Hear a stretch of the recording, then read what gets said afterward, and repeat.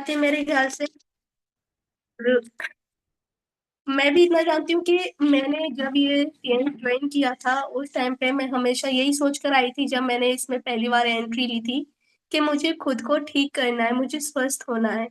क्योंकि मुझे बीमार होते होते बहुत समय हो गया था। मतलब आप यकीन नहीं मानेंगे कि इतने लंबे समय कोई बीमार पड़ सकता है। मुझे बहुत ही ज्यादा प्रॉब्लम थी, मैंने कई बार तो शेयरिंग की है अपनी भी, और कई बार लोगों को बताया भी है। शायद बहुत कम लोगों को पता है कि मेरी एंट्री कैसी हुई थी स्टेन्स में। तो मैं पहले तो सोच रही थी कि कोई पीपीटी शेयर करूं, लेकिन मुझे लगता है कि मैं अभी अपनी स्टोरी शेयर करूंगी, क्योंकि हमारे बीच में टाइम काफी ज्यादा है। तो मैं टाइम मिलेगा तो मैं ये वाली पीपीटी आप सभी के बीच में एक्सप्लेन करूंगी, लेकिन मैं अपनी जर्नी के बारे में, अपने बारे में सभी को एक्सप्लेन करना चाहूंगी। सॉरी। तो मैं जब स्टेन्स में आई थी, जब मेरी एंट्री हुई थी, तो मैं फर्स्ट टाइम अजय सर से मिली थी। तो मैं उस टाइम पे बहुत बीमार थी। जिसे बोलते हैं ना कि हमेशा बेड रेस्ट पे रहना, कोई काम ना करना। और आप समझ ही सकते हैं कि ऐसे इंसान को क्या क्या फील होता है, कि वो बीमारी के अलावा, आराम करने के अलावा कुछ नहीं कर सकता है। तो मैं भी बहुत परेशान होती थी कि पता नहीं मेरी जिंदगी ऐसे ही बीतेगी हमेशा, या मैं कभी ठीक हो पाऊंगी, या फिर मैं और लोगों की तरह नॉर्मल जिंदगी जी पाऊंगी। क्योंकि मुझे लगता है कि जब आप बीमार होते हो ना, तो आप नॉर्मल नहीं रहते हो, है ना। तो वो जो चीज हमारे बीच में होती है ना, वो खत्म हो जाती है कि नहीं, हमें अपने ऊपर से कॉन्फिडेंस खत्म हो जाता है। हमारे ऊपर से बहुत सारी चीजें हमें ना डाउट में डालती हैं। सेम मेरे साथ भी यही हुआ था। हालांकि मेरे पेरेंट्स बहुत अच्छे थे, मुझे हमेशा सपोर्ट किया। मेरे फादर हमेशा मुझे समझाते थे, बेटा मैं वो बेटा तुम वो कर सकती हो कि शायद हमारे परिवार में किसी ने वो नहीं किया हो। तो मैं हमेशा खुश होती थी। और आज मेरे फादर नहीं है, लेकिन मुझे मेरे अपलाइन ऐसे मिले हैं कि मेरे फादर की जगह ले ली उन्होंने। तो मैं आज अपने फादर को इतना मिस नहीं करती हूँ, क्योंकि मुझे मेरे अपलाइन का इतना प्यार मिला है। तो मैं आप सभी के बीच में ये बताना चाहूंगी कि आज मैं जो बिल्कुल स्वस्थ और तंदुरुस्त बैठी हूँ ना, और आप सभी के बीच में एक एलटीपी सेशन ले रही हूँ, वो सिर्फ मेरे अपलाइन की वजह से है। क्योंकि हमारी जिंदगी में एक इंसान का होना बहुत जरूरी है। वो कोई भी हो सकता है, या आपके पेरेंट्स हो सकते हैं, या आपकी सिस्टर हो सकती है, या आपका ब्रदर हो सकता है, या आपका अपलाइन हो सकता है। और मुझे अपलाइन के रूप में मुझे एक फादर मिले हैं। तो मेरे लिए तो मैं बहुत लकी हूँ, बहुत इम्पोर्टेंट है मेरे लिए। और मैं अपनी लाइफ इतनी अच्छे से जी पा रही हूँ आज आपको, इसलिए मैं सारी चीजें एक्सप्लेन करना चाहूंगी धीरे धीरे। कि जब मैं टेंस में आई थी, तब मैं बहुत बीमार थी। अजय सर से मेरी मुलाकात हुई थी। तो सर ने बोला था क्या, मैं बताने लगी थी तो सर ने बोला, नहीं आप अभी मुझे कुछ मत बताइए, मैं आपका एक चेकअप करूंगा। तो मैंने बोला ओके सर। तो मुझे लगा कि चेकअप पता नहीं कैसा होगा। अब जब बोल रहे हैं तो चेकअप में तो सारी चीजें आ ही जाती हैं। तो नॉर्मली मैं तो वही ब्लड टेस्ट करना या फिर कोई वैसा चेकअप समझ रही थी। मुझे नहीं आइडिया था कि एक छोटा सा डिवाइस जिसे हम इकोलाइफ बोलते हैं, उससे हम सारी बीमारियां चेक कर सकते हैं। तो जब सर ने वो डिवाइस निकाला था, और फिर मैंने देखा ये फोन जैसा डिवाइस क्या है, तो फिर मैं मतलब अपने मन ही मन में सोचने लगी, पता नहीं, हो सकता है। मैं चुप रही, मैंने कुछ नहीं किया, कोई क्वेश्चन नहीं किया था सर से। जैसे ही सर ने चेकअप करना शुरू किया, सर ने बोला कि अपना लेफ्ट हैंड दो, उससे हम चेकअप करेंगे, और ये आपकी सारी परेशानियों के बारे में बता देगा। तो मैंने उस टाइम पे कुछ नहीं कहा, लेकिन मुझे लगा कि पता नहीं ऐसा कैसा डिवाइस है जो कि हमारी सारी बीमारियों को बता देगा। ऐसा हो ही नहीं सकता। मुझे लगता है फर्स्ट टाइम सभी को ऐसा लगता है कि ये छोटी सी चीज क्या बताएगी। तो जब सर ने मेरा चेकअप करना शुरू किया था, तब मुझे पता चला। मैंने कुछ नहीं बताया था सर से, सर ने ये बोला आपको ये प्रॉब्लम होती है। मैंने बोला हाँ सर। के सर ने बोला कि यहाँ पर आपको ये महसूस होगा जैसे मच्छर या चींटी काटती है, उससे कंपेयर करना कितना तेज लग रहा है, कितना कम लग रहा है। तो मैंने बोला ओके। तो सर ने बोला कि आपको ये परेशानी है, मैंने बोला हाँ सर। फिर बोला कि ये, मैंने बोला बिल्कुल सर, मुझे ये सारी परेशानी होती है। तो मैं सच बता रही हूँ कि मेरी बॉडी में इतनी सारी प्रॉब्लम्स आई थी, इतनी सारी परेशानी, कि मैं हैरान हो गई कि मैं पूरी बीमारी की दुकान हूँ। है ना, सभी को लगता है कि एक बीमारी हो तो समझ में आए। अब सारी परेशानियां मेरे अंदर भरी हुई थी। तो मैंने बोला कि हाँ सर, ये आपको कैसे पता चला? तो सर ने बोला, ये छोटी सी मशीन है लेकिन ये 5% तक आपकी बीमारी बता देती है। हाँ, जो एलोपैथिक रिपोर्ट में नहीं आती है। और कई बार ऐसा हुआ है कि मेरी एलोपैथिक जो रिपोर्ट हुई थी, सीटी स्कैन हुआ था, एक बार नहीं 100 बार हुआ था। क्योंकि मुझे दर्द बहुत होता था, इतना दर्द होता था कि मैं रोती थी।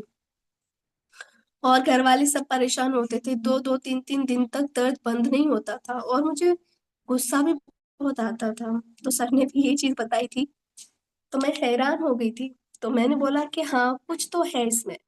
तो मैं सर की बातें सुनती रही, सर ने मुझे सारी चीजें बताई और उन्होंने मुझे थेरेपी देना शुरू किया। और सबसे अच्छी बात कि सर ने मेरे से ना ना तो चेकअप का चार्ज किया था, और 20 डेज जो मुझे थेरेपी दी थी ना, उसका भी कोई चार्ज नहीं दिया। तो सर ने बोला कि नहीं, मुझे पैसे नहीं चाहिए, बस आप स्वस्थ हो जाओ और यहाँ पे कंटिन्यू थेरेपी लेने आओ। तो मैंने कहा ठीक है सर, लेकिन मेरे घर से काफी दूर पड़ जाता है, तकरीबन 10 किलोमीटर दूर, इतना डिस्टेंस आता है। माफी चाहूंगी, थोड़ा गला हो जाता है। तो मैं डेली जाती थी, और दोपहर में जाती थी और शाम में वापस आती थी। सर से बातें करना अच्छा लगता था। फिर धीरे धीरे सर ने मुझे बिजनेस प्लान समझाया, क्योंकि पहली बार मैं किसी कंपनी का बिजनेस प्लान समझ रही थी और मुझे रिलीफ मिलता जा रहा था, तो मुझे बिजनेस प्लान सुनने में अच्छा लग रहा था। मैंने सोचा कि मुझे जब इतना आराम मिल रहा है, मेरे दर्द में इतना आराम मिल रहा है, तो मुझे उस चीज को समझना चाहिए, उस बिजनेस प्लान को समझना चाहिए।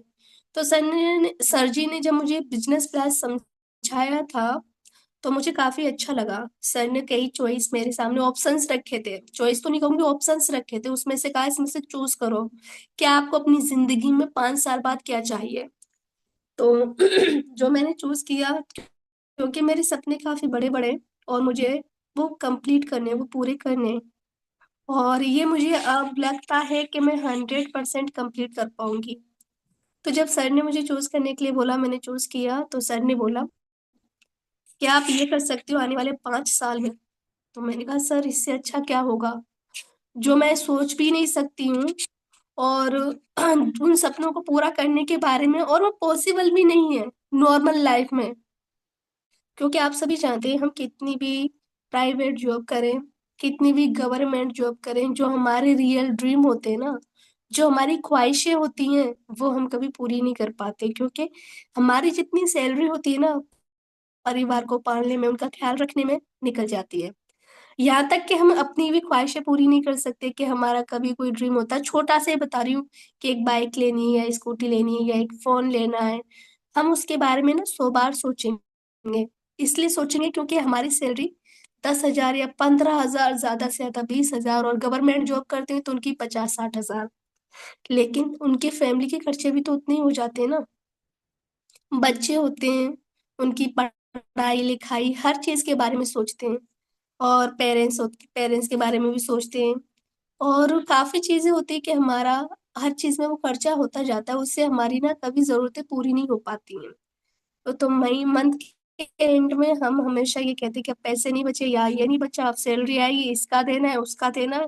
क्योंकि आप सभी जानते हैं कि नॉर्मल लाइफ में ना कर्जे भी बहुत हो जाते हैं लोगों के पास, है ना। कभी रिलेटिव्स आते हैं, रिश्तेदार आना, ये फंक्शन होना, वो फंक्शन होना, और यहाँ पे नहीं गए तो ये बुरा मान जाएगा, वहां नहीं गए तो वो बुरा मान जाएगा। ये चीजें सोच सोच के ना हम इतना कर्जा ले लेते हैं कि उसको चुकाते चुकाते हमारी पूरी जिंदगी ना बीत जाती है ना। जो हम अपनी जिंदगी में, हमें एंजॉय करना चाहिए और कंट्रीज विजिट करनी चाहिए, हर जगह घूमना चाहिए, वो तो हम नहीं कर पाते। क्योंकि हमें वो सारी चीजें नहीं मिली होती हैं, क्योंकि हम सोचने में लग जाते हैं हमें ये करना है, फैमिली को ये देना है। हमारे पास बचा क्या, 50 रुपए या 1,000 रुपए, उससे क्या कर सकते हैं? फिर हम सारी चीजें ईएमआई पे लेना शुरू कर देते हैं कि सैलरी आएगी उसमें से 1,000 रुपए महीने ही भरता रहूंगा। लेकिन लोगों को नहीं पता है कि ईएमआई हमें कितनी महंगी पड़ जाती है। और ये सारी चीजें ना सभी के साथ होती है नॉर्मल लाइफ में, तो मैंने ये सारी चीजें सोची। तो मुझे लगा कि मुझे एक ऐसी ऑर्गेनाइजेशन ज्वाइन करनी चाहिए जिसका बिजनेस प्लान बहुत अमेजिंग है, इतना जबरदस्त कि मैं इसमें कुछ भी कर सकती हूँ, अपने सारे सपने पूरे कर सकती हूँ। अगर आपको कोई ऐसा बिजनेस प्लान सुना है तो मुझे तो नहीं लगता कि आप बिना ज्वाइन किए रुक जाओगे। अगर जो रुक जाता है ना बिना ज्वाइन किए बिना काम किए, तो वो बेवकूफ होता है दुनिया का। उसमें 1% भी समझदारी नहीं होती, क्योंकि मैं उस इंसान को समझदार नहीं समझती हूँ। अगर समझदार होता तो वो प्लान सुनने के बाद ना कभी भी इनकार नहीं करेगा। और जैसे कि हमें हमेशा सिखाया जाता है कि हमें डिमोटिवेट नहीं होना है, हमेशा मोटिवेट होना है। और स्ट्रेंथ ऑर्गेनाइजेशन में मैंने ये सीखा है कि 24 आवर कैसे मोटिवेट रह सकते हैं। और आपके अपलाइन हमेशा आपके साथ होते हैं, आपका साथ नहीं छोड़ते, और इतनी अच्छी ऑर्गेनाइजेशन आपको कहाँ मिल सकती है। तो मैं यही कहूंगी कि आप मेहनत करें। मैं पूरी कोशिश करती हूँ जितना मैं कर पाती, मैं अपनी कंफर्ट जोन से ज्यादा मेहनत करती हूँ, क्योंकि मुझे कंफर्ट जोन में रहना पसंद नहीं है। और जैसे कि जितने भी सक्सेसफुल लीडर्स है ना हमेशा बोलते हैं, मैंने हर्षवर्धन सर का एक वीडियो सुना था, उन्होंने कहा था, सोनू सर ने भी कहा था, सोनू शर्मा सर ने, जो उनका जो मोटिवेशनल लीडर हैं, कोच है, उन्होंने भी अपनी वीडियोस में यही बोला, जब तक आप अपना कंफर्ट जोन नहीं छोड़ेंगे तब तक आप सक्सेस नहीं हो सकते। क्योंकि हम हमेशा अपने कंफर्ट जोन में पड़े रहते कि नहीं, फैमिली के साथ है, हमें ये करना, हमें खाना मिल रहा है टाइमली, हमें सारी चीजें मिल रही, तो हमें कुछ करने की क्या जरूरत है। और ये थिंकिंग इंडिया में ना सभी लोगों की है। और इसमें मैं कोई रेशियो नहीं दूंगी, मैं पूरा 100% बोलूंगी। क्यों 100% बोलूंगी, ये भी मैं रीजन आपको बताऊंगी। क्योंकि हमारी जो मेंटेलिटी होती है, जो हमारा कल्चर होता है, जो हमें सिखाया जाता है, जो हम दुनिया को देख के सीखते हैं, उसमें हमेशा यही सिखाया जाता है कि कुछ नहीं, पेरेंट्स का दिया हुआ है, उससे मजे करो, जिंदगी बिताओ, और अपना कुछ नहीं एंजॉय करो। आजकल के लोगों की मेंटेलिटी मैं देख रही हूँ, आज की जो न्यू जनरेशन है, तो मैं उन लोगों को देखती हूँ कि उन लोगों के मतलब कुछ है ही नहीं है, कुछ करना चाहते ही नहीं जिंदगी में। मतलब 5% लोग हैं जो अपनी जिंदगी में बहुत कुछ कर चुके हैं, और 95% जो लोग के कुछ भी नहीं कर पाए, बस एक नॉर्मल जिंदगी जी रहे। तो मैं ये जानना चाहूंगी, आप एक नॉर्मल जिंदगी जीना चाहते हो या जिंदगी में कुछ अचीव करना चाहते हो। अगर नॉर्मल जिंदगी जीना चाहते हो तो आपका कोई काम नहीं है टेंस में। अगर आप कुछ अचीव करना चाहते हो तो आपका वेलकम है इस टेंस ऑर्गेनाइजेशन में। जो मैंने यहाँ से जो सीखा है ना, और जो मैंने अपने अंदर इम्प्रूवमेंट लाई हूँ, और जो मैं यहाँ से सीख के जाऊंगी, वो मैं इस दुनिया में कहीं पर भी नहीं सीख सकती। देखिए, मैं हमेशा ये बोलना चाहूंगी कि आप सभी जानते हैं, हम कितनी भी एजुकेशन ले ले, कितना भी कुछ कर ले, कितनी भी पढ़ाई कर ले, पढ़ाई हमेशा एक हद तक काम आती है ना। लेकिन जब तक आप प्रैक्टिकल नहीं करेंगे किसी भी चीज को लेकर, तब तक आप अपनी जिंदगी में कुछ भी नहीं सीख पाओगे। क्योंकि आप सब समझ सकते हैं, मैंने डिप्लोमा लिया था एक ब्यूटिशियन का। मैं आप सभी को एक एग्जांपल के थ्रू समझाना चाह रही हूँ कि मैंने एक डिप्लोमा लिया था। तो उसमें मैंने सीखा क्या था कि मैंने जितना भी हमारा थ्योरीज होती थी हमेशा लिख लेते थे। लिखने के बाद उसको अब पढ़ना तो मतलब क्या कि हम लिखने के बाद तो कॉपी उठा के रख देते, अपनी डायरी उठा के अलग रख देते, हमें मतलब ही नहीं होता है ना। तो जब तक हमारे प्रैक्टिकल नहीं होते थे वो चीज हमें क्लियर समझ में नहीं आती। थ्योरी बहुत इंपॉर्टेंट, लेकिन थ्योरी से ज्यादा इंपॉर्टेंट है प्रैक्टिकल करना, है ना। अगर आप प्रैक्टिकल करोगे, अपनी लाइफ में प्रैक्टिकल करके सीखोगे, तो आप बहुत जल्दी सीख जाओगे। मैं बहुत जल्दी सीखती हूँ चीजों को। मैंने कभी ना नेटवर्क मार्केटिंग नहीं की थी, मुझे नहीं पता था कि नेटवर्क मार्केटिंग का एनपी क्या है ना। तो मैं कुछ भी नहीं जानती थी, मार्केटिंग का एम भी नहीं जानती थी कि यहाँ से ये करना, ये बोलना है।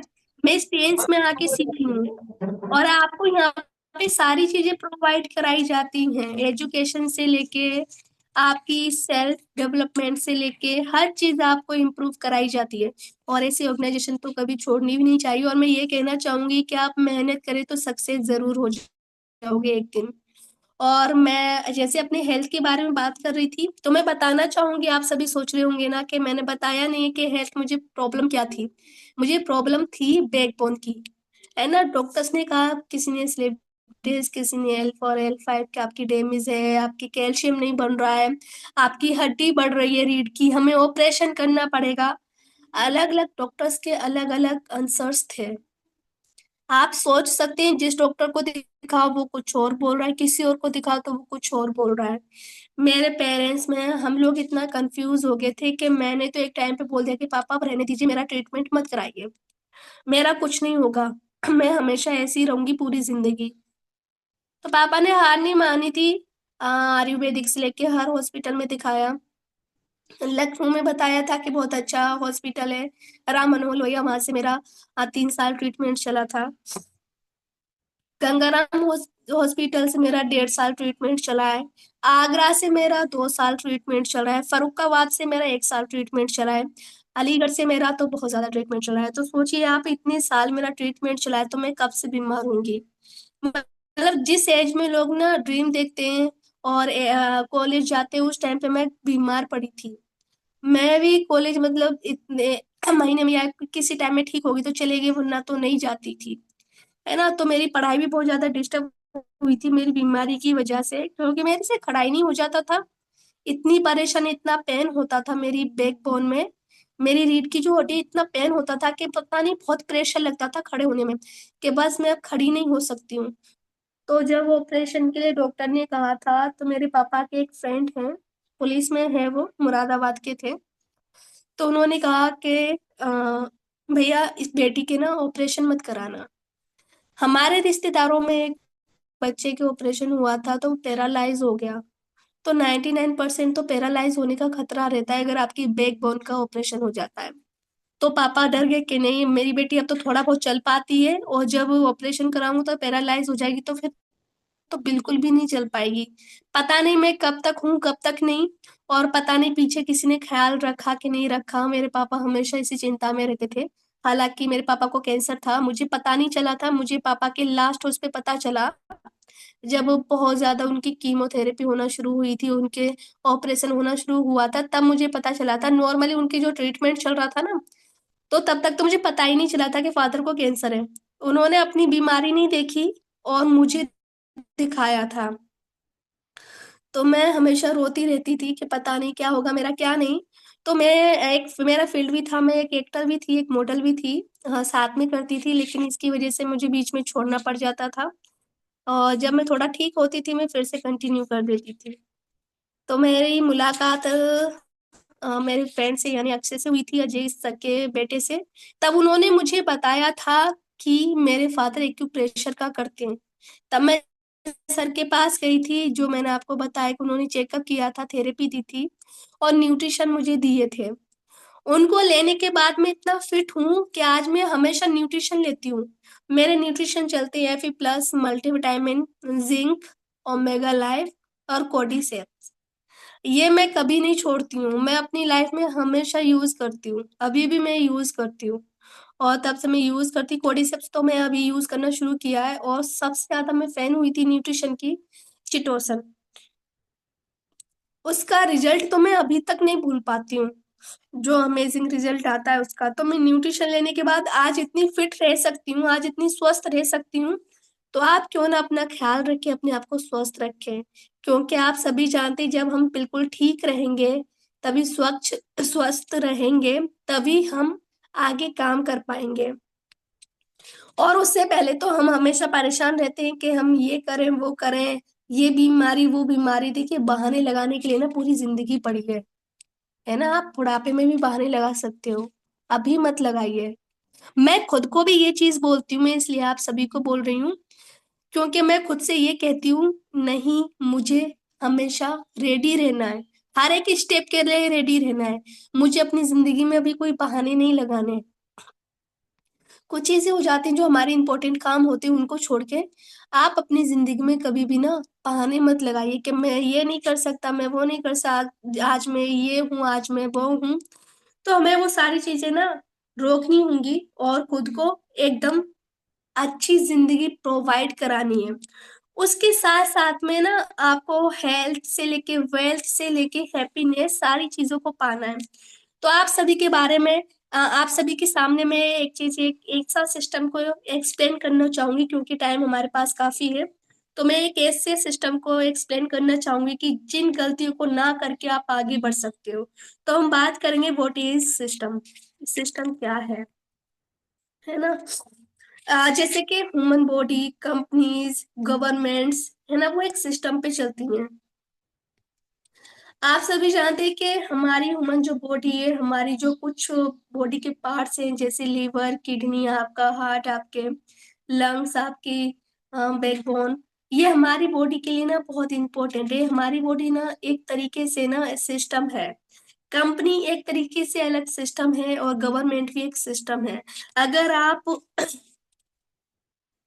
सिस्टम के अकॉर्डिंग हमेशा चलोगे, है ना, फोकस करोगे, तो आपको कोई कामयाब होने से नहीं रोक सकता। कहते ना, everything function smoothly only because of system. तो आगे बढ़ते हैं, मैं बताना चाहूंगी कंपनी का सिस्टम फॉलो करना कितना इम्पोर्टेंट है ना, और जो लोग फॉलो नहीं करते उनके साथ क्या होता है। हर कंपनी का काम करने का एक सिस्टम होता है। जो लोग वो सिस्टम को फॉलो नहीं करते हैं, वो लोग असफल हो जाते हैं। आप अपनी कंपनी और आप अपने अपलाइन के बनाए हुए सिस्टम को फॉलो कीजिए, तो आपको कामयाब होने से कोई नहीं रोक सकता। आपका पहला स्टेप शुरू हो जाता है कामयाब होने के लिए। तो हम बात करेंगे अपने अपलाइन यानी सीनियर पर निर्भर रहना। जैसे होते ना, depend on your upline senior, कि हमारा अपलाइन ही सब कुछ करेगा, अब हमें कुछ करने की जरूरत नहीं है, हमारा अपलाइन है तो हम आगे बढ़ जाएंगे। आप गलत हैं।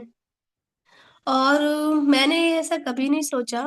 मैं ये अपने आप को बोल सकती हूँ, क्योंकि मैंने हमेशा सोचा कि मैं मेहनत करूंगी, मेरे अपलाइन मेरा साथ देंगे, और ऐसा होता है ना। जो लोग हर काम के लिए अपने सीनियर पर निर्भर हो रहते हैं, वह वो लोग ना असफल हो जाते हैं। ये बिजनेस आपका है, और आप अपनी जिम्मेदारी खुद लीजिए, है ना। तो आप सभी जानते हैं कि जब हम छोटे होते हैं तब तक माँ की जिम्मेदारी होती है कि वो खिलाना पिलाना। जैसे हम बड़े होते जाते हैं ना, वो हमारी जिम्मेदारी हो जाती है कि हम अपना खाना खुद उठाकर खाएं।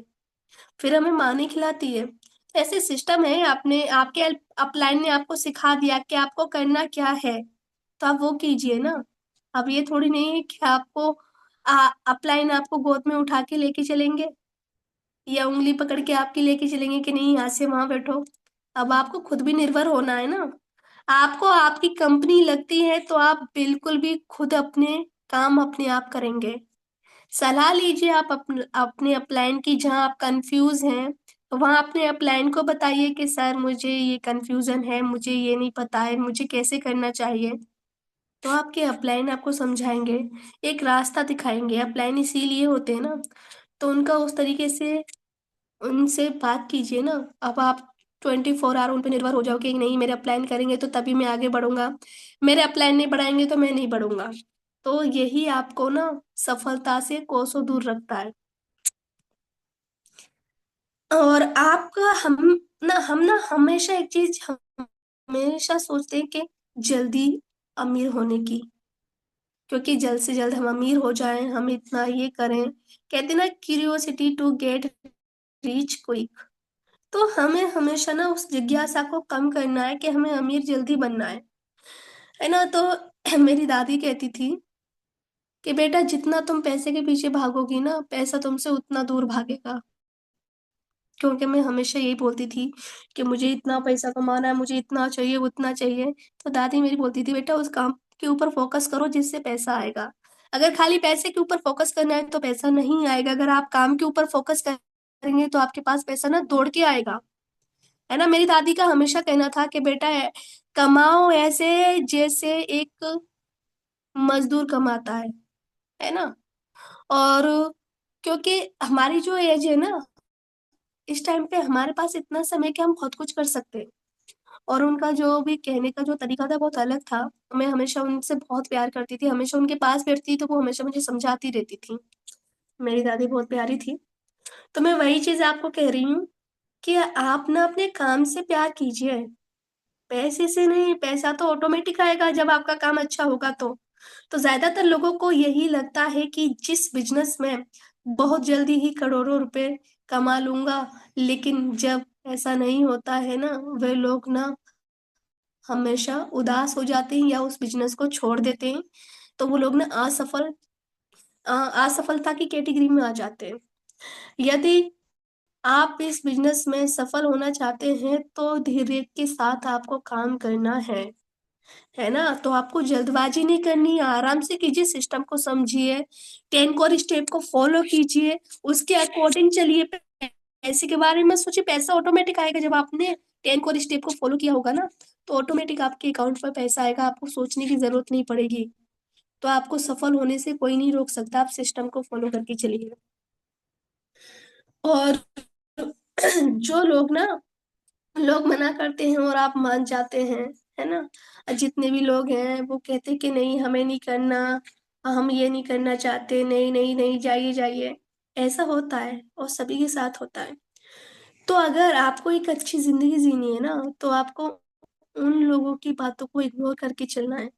5 या 10 लोगों ने आपको मना कर दिया और हार मान ली आपने और घर बैठ के जाते हैं, तो वो लोग भी असफल की कैटेगरी में आते हैं। अगर आपको सफल होना है तो 5, 10 या 50, 100 लोगों से भी मिलना पड़ेगा और उनसे ना भी सुननी पड़ेगी, है ना। अगर आप ना सुनने की आदत डाल देंगे ना और आप हार नहीं मानेंगे, तो आपको सफल होने से कोई नहीं रोक सकता। और अपने सिस्टम को, अपने टीम के लोगों पर ध्यान देना चाहिए, क्योंकि हम जब अपनी टीम को इग्नोर करते हैं ना, तो हमारी टीम हमसे दूर भागती है। और हम कहते हैं ना, हमेशा हमें अपनी टीम को साथ लेके चलना है और अपने सिस्टम को फॉलो करना है। तो अगर आप ये काम नहीं करते ना, आप इस असफल की कैटेगरी में आते हैं।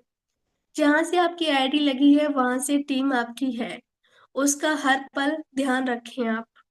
और हमेशा यही काम होता है कि आप खुद, अगर आपके कोई नीचे लोग हैं, उनसे आप पूछें। जैसे हमारे अपलाइन करते हैं, अगर हम अपने अपलाइन के पास कॉल नहीं करते लेकिन हमारे अपलाइन हमसे पूछते हैं, तो हम कितने मोटिवेट हो जाते हैं। तो आप ऐसा क्यों नहीं करते। हमें हमेशा यही सिखाया जाता है ना कि हमें अपने अपलाइन के कदमों पे चलना है, उनको कॉपी करना है। लेकिन हम अब उनको कॉपी नहीं करते और अपना दिमाग चलाने लगते, तो पैसे कहाँ से आएंगे, कहाँ से आप वो सारी चीजें सोच लेकर आए थे, वो कहाँ से पूरी होंगी। तो अगर आपको सफल होना है ना, तो हमेशा ध्यान रखना है अपनी टीम पर, समय से रिपोर्टिंग करें और जो भी प्रॉब्लम हो उनको उसको सॉल्व करें। जब आप उनकी प्रॉब्लम्स को सॉल्व करेंगे, तो वो हमेशा खुश रहेंगे और आपके साथ काम करेंगे। और हम बात करेंगे लक ऑफ सेल्फ कॉन्फिडेंस, आत्मविश्वास की कमी होना। और आजकल ना बहुत लोगों के अंदर है। मैंने देखा है कि एक लोगों ने ना कर दी ना, तो वहीं पे आपका सेल्फ कॉन्फिडेंस खत्म हो जाता है। नहीं, मैं नहीं कर सकता इस बिजनेस को, मैं इस बिजनेस के लायक नहीं हूँ, या फिर मैं ये नहीं करना चाहती हूँ या चाहता हूँ। तो हमेशा यही सोचते हैं, या मैं इसके लिए नहीं बनी हूँ। अगर जिन लोगों ने आत्मविश्वास की कमी होती है ना, वह भी असफल हो जाते हैं। खुद पर भरोसा रखें, आप जरूर सफल होंगे, और ये मैं बिल्कुल मानती हूँ। क्योंकि मैं बताना चाहूंगी आपको, जब मैं शुरुआत में आई थी ये हालत मेरी भी हुई थी। अगर कोई ये बोलेगा नहीं नहीं नहीं मैंने ये नहीं सोचा, तो मैं ये सोचूंगी वो झूठ बोल रहा है। क्योंकि एक टाइम आता है कि हमें ये लगता है, क्योंकि मैं इतना सेल्फ कॉन्फिडेंट रहती हूँ कि सामने ना 4 लोग मेरे को पता देखे क्या बोलते हैं, अरे लड़की होनी चाहिए तो ऐसी होनी चाहिए जिसको एकदम बिंदास, कोई टेंशन नहीं है। इतना कॉन्फिडेंस आता कहाँ है मुझे ना, मेरी फ्रेंड्स ये पूछती थी कि अतीमा तेरे अंदर इतना कॉन्फिडेंस कहाँ से आता है। तो मैं यही बोलना चाहूंगी कि मैं इतना कॉन्फिडेंस होने के बाद भी ना, तो मेरे दिमाग में कुछ लोगों की ना आ गई थी कि नहीं हम ये नहीं करना चाहेंगे। तो मुझे खुद के ऊपर भरोसा कम हो गया। वहीं पर जहां पर हमें अपना सेल्फ कॉन्फिडेंस कम होता हुआ दिखता है ना, वहीं पर हम सिस्टम से दूर जाते हैं। तुम आपके पास ऐसे लोगों से आप बना के रखिए जो आपको सही रास्ता दिखाएं। और मेरी जिंदगी में मैंने कहा था ना कि मेरे फादर जैसे मेरे अपलाइन हैं, जो मुझे हमेशा सही रास्ता दिखाते हैं। मैं कई बार भटकी हूँ, मैं कई बार कंफ्यूज हुई हूँ, मैं ये नहीं बोलूंगी कि मैं नहीं हुई। लेकिन मेरे पास मेरे अपलाइन है मुझे समझाने के लिए, जो मुझे सही रास्ता दिखा देते हैं। तो वैसे ही आप कीजिए और अपने आप पे भरोसा रखिए, आप एक दिन जरूर कामयाब होंगे। और मैं बताना चाहूंगी, असफल होने के कारण क्या, असफल होने का डर है ना, फेयर ऑफ फेलियर। जो आपका डर है ना, वही आपको कमजोर बनाता है। कुछ लोग बिजनेस ज्वाइन करने के बाद भी यही सोचते रहते हैं कि मैं सफल नहीं बन पाऊंगा, और वे लोग भी असफल हो जाते हैं, और ये सच है। यदि आप सफल होना चाहते हैं तो डर को खत्म कीजिए, अपने अंदर से निकाल के फेंकिए। क्योंकि आपका डर ना आपको हरा देता है। अगर आपको लगन होना, चाहा हो आपको कामयाब होने की, तो आपका कोई कुछ नहीं बिगाड़ सकता। आपका डर भी आप पर हावी नहीं होगा। अपने डर को निकाल के फेंकिए। और ये काम मैंने खुद ने किया है, कि जो मुझे एक डर था ना, तो वो मैंने अपने डर को निकाल के फेंका, क्योंकि इस फील्ड में मैं पहली बार आई थी। तो मैं ये सोचती थी, मैं फैमिली को मैंने बताया, अपने भाई को ज्वाइन कराया, मैंने एक सेंटर चलाया है। सेंटर ओपन किया तो फैमिली को बताना पड़ता है ना, तो मुझे हमेशा शुरुआत में ये डर रहता था, अगर मैं कामयाब नहीं हो पाई या मैं इसमें कुछ नहीं कर पाई तो मेरी फैमिली मुझसे क्या कहेगी, क्या सोचेगी। मैं हमेशा ऐसे सोचती रहती थी, नेगेटिव थॉट्स ना मेरे माइंड में आते रहते थे। फिर एक दिन मेरे भाई ने बोला, दीदी जब तक आप रिस्क नहीं लोगी ना, हमेशा डरती रहोगी कि मैं ये नहीं कर पाई तो क्या होगा, तब मैं वो नहीं कर पाई तो लोग क्या सोचेंगे। हालांकि मैं पहले ऐसी नहीं थी, फादर के टाइम पे जब से मेरे फादर गए तब से मैं ऐसी हो गई हूँ कि लोगों के बारे में बहुत सोचती थी। लेकिन जब मेरे भाई ने, जब मेरी मम्मी ने जब मुझे बोला ना कि हमें कोई फर्क नहीं पड़ता तुम कामयाब हो या ना हो, लेकिन हमें फर्क पड़ता है तुम खुश रहो, तो मैंने उसी दिन सोच लिया कि मैं जितना डर रही हूँ ना, फालतू के डर रही हूँ, जो कि मुझे नहीं डरना चाहिए। जब मेरी फैमिली मेरे साथ है तो चार लोगों से मुझे करना क्या है, चार लोगों को मुझे क्यों दिखाना है, मुझे खुद को दिखाना है कामयाब होके। मुझे अपनी फैमिली को दिखाना है कामयाब होके, कि वो मेरे हर कदम पर मेरे साथ हैं, मेरे से खुश हैं, और मेरा साथ हमेशा देंगी, चाहे मैं फेल हो जाऊं या मैं कामयाब हो जाऊं, तो मैं फेल होने से क्यों डरूं। और आप सभी ने सुना है कि जितने भी सक्सेसफुल लीडर्स हैं ना, वो एक बार में कामयाब नहीं हुए, वो 10 बार फेल हुए उसके बाद कामयाब हुए। तो हमें फेल होने से नहीं डरना है, हमें कामयाब होना है। तो वो अपने दिमाग से निकालिए, आप सफल हो जाएंगे। खुद के विकास पर कार्य ना करना, है ना, not working on self development. क्योंकि हम खुद के विकास के लिए कोई काम नहीं करते, या फिर या हमें कुछ भी सीखना है ना। जैसे कि मैं ये कहूंगी, अगर मैं टेंथ में आई, अगर मैं उसका प्लान या उसका बिजनेस प्लान या प्रोडक्ट या और भी चीजें वो नहीं सीख पाती, तो मेरा विकास कैसे होता, नहीं हो सकता था ना। तो मेरे अपलाइन ने मुझे सिखाया, है ना, मुझे एक ट्रेनिंग दिलवाई। और हम जो भी जूम पर मीटिंग के थ्रू सीखते हैं, वो सब हम लोगों ने सीखा है। और वो सब लोग हमें एक, हर रोज एक नए तरीके से सीखते, एक नए लीडर के साथ सीखते हैं। तो हमें ना हमेशा अपने ऊपर काम करना है, आपको आपको ना खुद को इम्प्रूव कराना है, अपने अंदर ना इम्प्रूवमेंट लाना है, अपने आप को ना नई नई चीजें सिखानी है। तब तक आप सीखेंगे नहीं ना, तब तक आप आगे नहीं बढ़ सकते। मुझे ऐसा लगता है, ये मेरी पर्सनल थिंकिंग है। जो कि आप जब तक नहीं सीखेंगे ना, तब तक आप कुछ नहीं कर सकते। और सीखने से ना आप कुछ भी कर सकते हैं। तो हमेशा ना सीखने पे फोकस कीजिए, तो आपको कामयाब होने से कोई नहीं रोक सकता।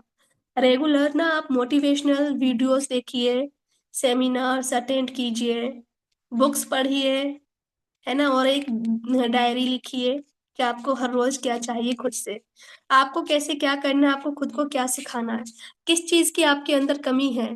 क्योंकि मुझे लगता है कि लोगों को ना अपने अंदर जो भी कमी होती है ना, वो फील हो जाती है, खुद दिख जाती है।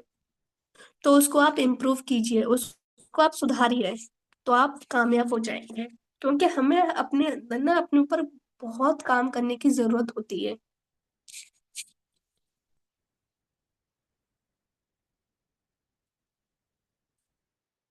सिर्फ सपने देखना लेकिन उसको पूरा ना करना, या उसके लिए काम ना करना, है ना, just dreaming but not working to fulfil it.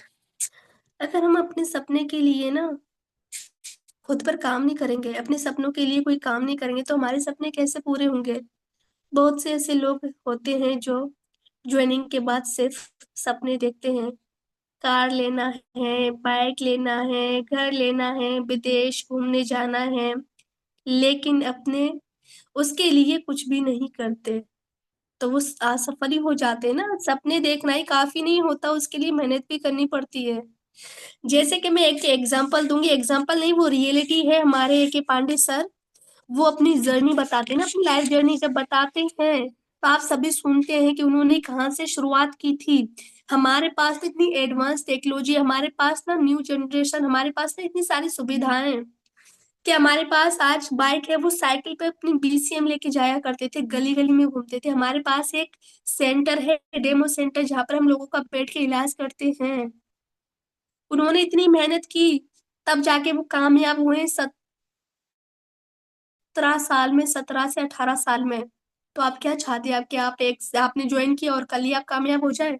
आपने आप ज्वाइन किया 1 महीने बाद बाइक खरीद ली, आपने आज ज्वाइन किया 2 महीने बाद कार खरीद ली, या आपने ज्वाइन किया 3 महीने बाद आपने घर खरीद लिया। ऐसा नहीं होता है ना, आपको मेहनत करनी पड़ती है, टाइम देना पड़ता है। आप टाइम नहीं दोगे खुद को अपने सपनों के ऊपर काम करने के लिए, तो आपके सपने कैसे पूरे होंगे।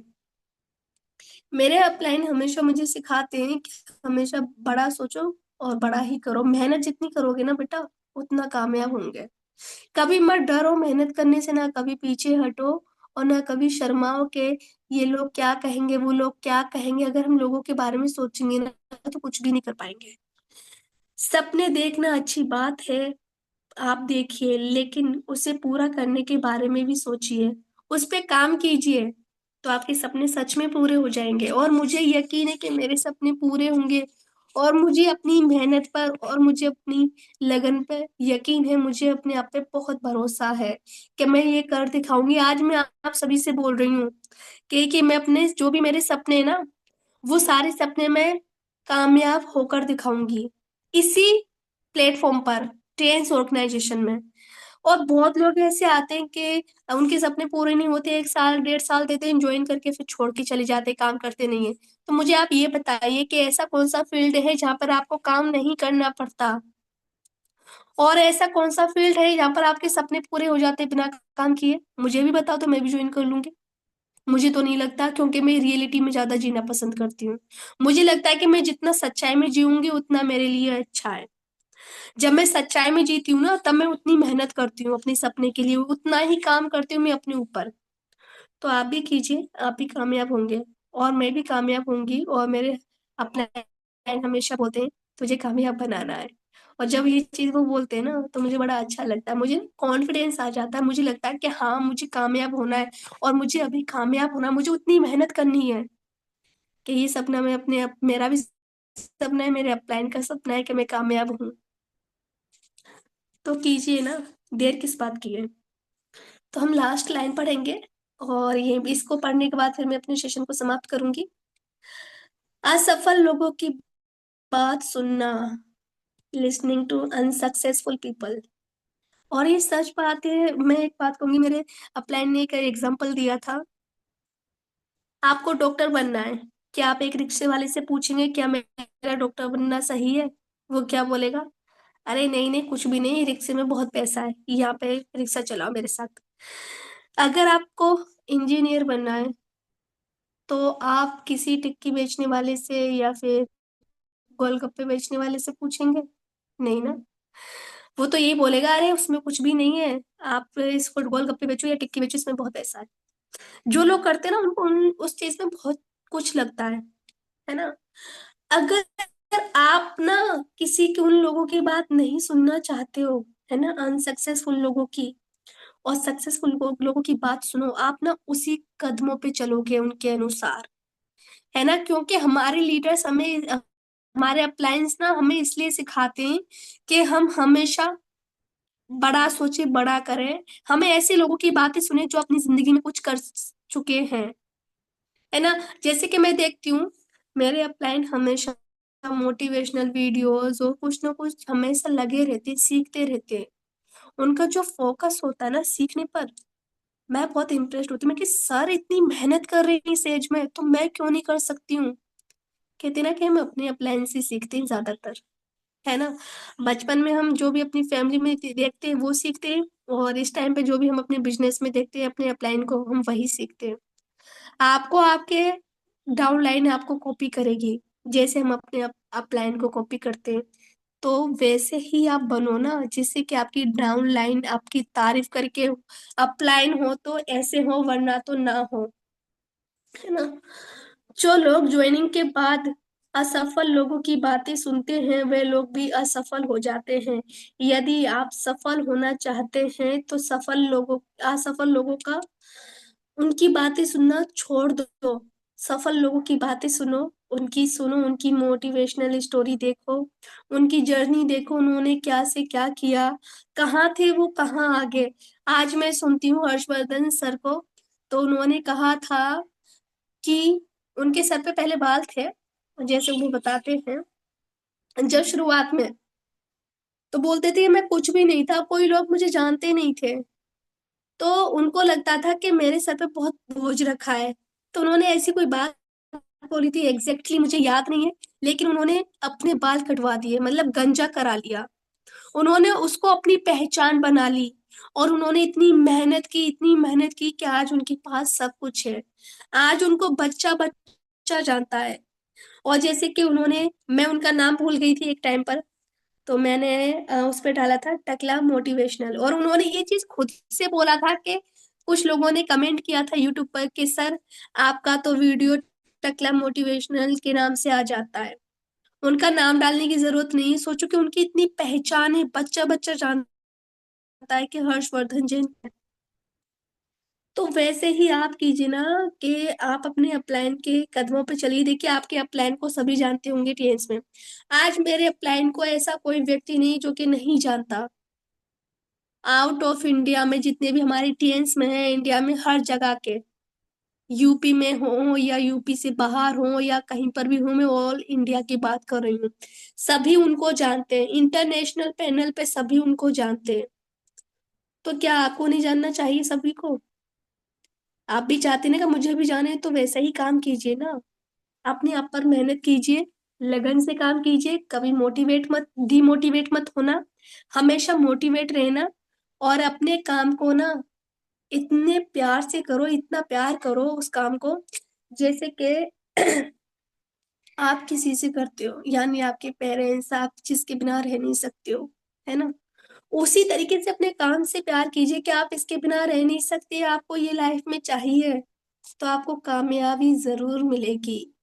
और मैं उम्मीद करती हूँ कि सभी को ये सेशन अच्छा लगा होगा, और सभी को समझ में आया होगा कुछ ना कुछ। और उम्मीद करती हूँ कि आप बहुत कुछ सीखे होंगे, और उम्मीद करती हूँ कि आप मेहनत करोगे और अपने सपने पूरा करोगे। और उम्मीद करती हूँ कि जो आप चाहते हो वो आपको मिले, और ऐसी दुआ करती हूँ मैं ऊपर वाले से। So thank you all leaders, आप सभी ने मुझे अपना कीमती समय दिया और मुझे सुना इतने टाइम तक। और ये बड़ी अच्छी बात है कि मैं इतना बोलती जा रही हूँ, आप सभी ने कुछ भी नहीं बोला और मुझे सुनते रहे। सो थैंक यू इतना प्यार देने के लिए, इतना सपोर्ट करने के लिए, और मुझे शांत होकर सुनने के लिए और बड़े ध्यान से सुनने के लिए। So thank you leaders, thank you so much. और टाइम हो रहा है 11:42, और हम लेंगे अब Great, sharing. great, great, wonderful, excellent, precious, amazing. Thank you. Thank you sir, thank you so much sir.